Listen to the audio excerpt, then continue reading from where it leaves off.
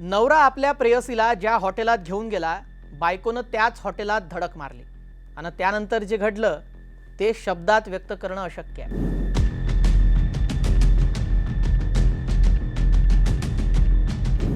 हॉटेलमध्ये romantic date, पण त्या ठिकाणी अचानक पत्नीने दिली भेट. एका खोलीत नवरा, त्याच्यासोबत दुसरी महिला आणि बाहेर संतापलेली पत्नी. मग काय, दार उघडताच सुरू झाला फुल राडा.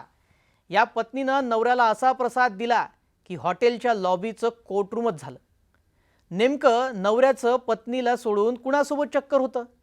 पत्नीला पतीच्या चक्करची कुणकुण कशी लागली आणि तिनं पतीचा कसा करेक्ट कार्यक्रम केला?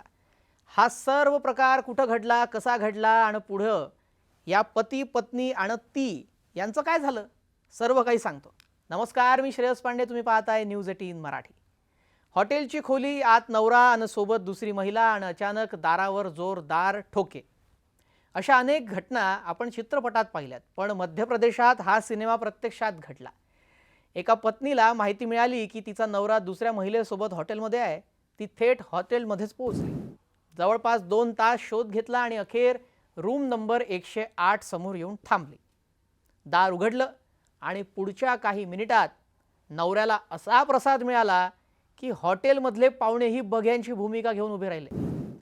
पण ही फक्त मारहाणीची गोष्ट नाहीये, तर यात प्रेम, विश्वासघात, खोटं आणि कायदेशीर प्रश्नही दडलेले आहेत. मध्य प्रदेशातील रेवा शहरातील ही घटना. रानू आणि प्रकाश सिंह चौहान या दोघांनी 3 जुलै 2025 रोजी कोर्ट मॅरेज केलं होतं. पण लग्नानंतर काही महिन्यातच या नात्यात दुरावा निर्माण झाला. पत्नीचा असा आरोप आहे की तिचा नवरा गेल्या 6 महिन्यांपासून तिच्यापासून दूर राहत होता आणि तो दुसऱ्या एका महिलेसोबत संबंध ठेवत होता, असा आरोप पत्नीने केला. आता रविवारी रानू एका कामासाठी कॉलेजमध्ये आली होती. तेवढ्यात एका मैत्रिणीचा फोन आला, तुझा नवरा एका हॉटेलमध्ये दिसलाय म्हणे. इतकी माहिती पुरेशी होती. रानू थेट नवीन बस स्थानकाजवळील पंगत हॉटेलमध्ये पोहोचली. पण हॉटेलमध्ये गेल्यावर तिला लगेच काही तिथे ती खोली मिळाली नाही. ती जवळपास 2 तास हॉटेलमध्ये शोध घेत होती आणि अखेर तिची नजर पडली रूम नंबर 108 वर. तिनं दार ठोठावलं, एकदा, दोनदा, तीनदा, पण आतून काहीच प्रतिसाद आला नाही. मग मोठमोठ्यानं हाका मारल्यानंतर दार उघडलं आणि समोरचं दृश्य पाहून तिचा संताप अनावर झाला. खोलीमध्ये तिचा नवरा आणि त्याच्यासोबत एक तरुणी. बस इथूनच पुढे नवऱ्याच्या गालावर प्रसाद वितरण कार्यक्रम सुरू झाला. रानूनं भर हॉटेलमध्ये नवऱ्याला कानशिलात लगावायला सुरुवात केली आणि एकच प्रश्न विचारत राहिली, तू मला घटस्फोट दिलाय का? इतक्यात तिनं या तरुणीकडे वळून विचारलं, तू कोण आहेस?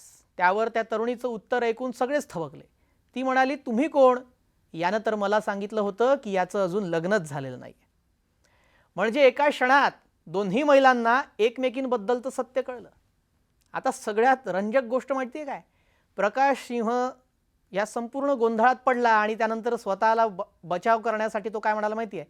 मुलगी मला जबरदस्तीने या हॉटेलमध्ये घेऊन आली म्हणे. पण हे ऐकताच दोन्ही महिलांनी त्याच्यावर आक्षेप घेतला आणि यानंतर हॉटेलच्या लॉबीमध्ये अक्षरशः तमाशा रंगला. लोक जमा झाले, काहींनी व्हिडिओ काढायला सुरुवात केली आणि हा व्हिडिओ काही मिनिटात सोशल मीडियावर तुफान व्हायरल झाला. यानंतर प्रकाशनं आणखी एक धक्कादायक विधान केलं. तो म्हणाला, आता मला माझ्या नवीन गर्लफ्रेंड सोबत राहायचं आहे म्हणे, मला घटस्फोट हवाय. हे ऐकून पत्नीचा संताप आणखी वाढला. तिनं त्याला हॉटेलमधून बाहेर आणलं आणि ऑटोमध्ये बसवलं आणि थेट पोलीस ठाण्यात घेऊन गेली. पोलीस ठाण्यामध्ये पत्नी म्हणाली, जर तुला घटस्फोटच हवा होता तर लग्न का केलं? सहजासहजी घटस्फोट देणार नाही.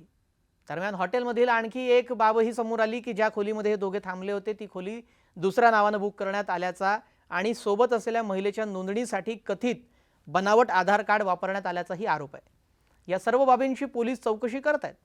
ही घटना सोशल मीडियावर मिश्किल पद्धतीनं पाहिली जात असली तरी पण मीम्स बनत असले तरी पण यामागे एक गंभीर बाजू आहे.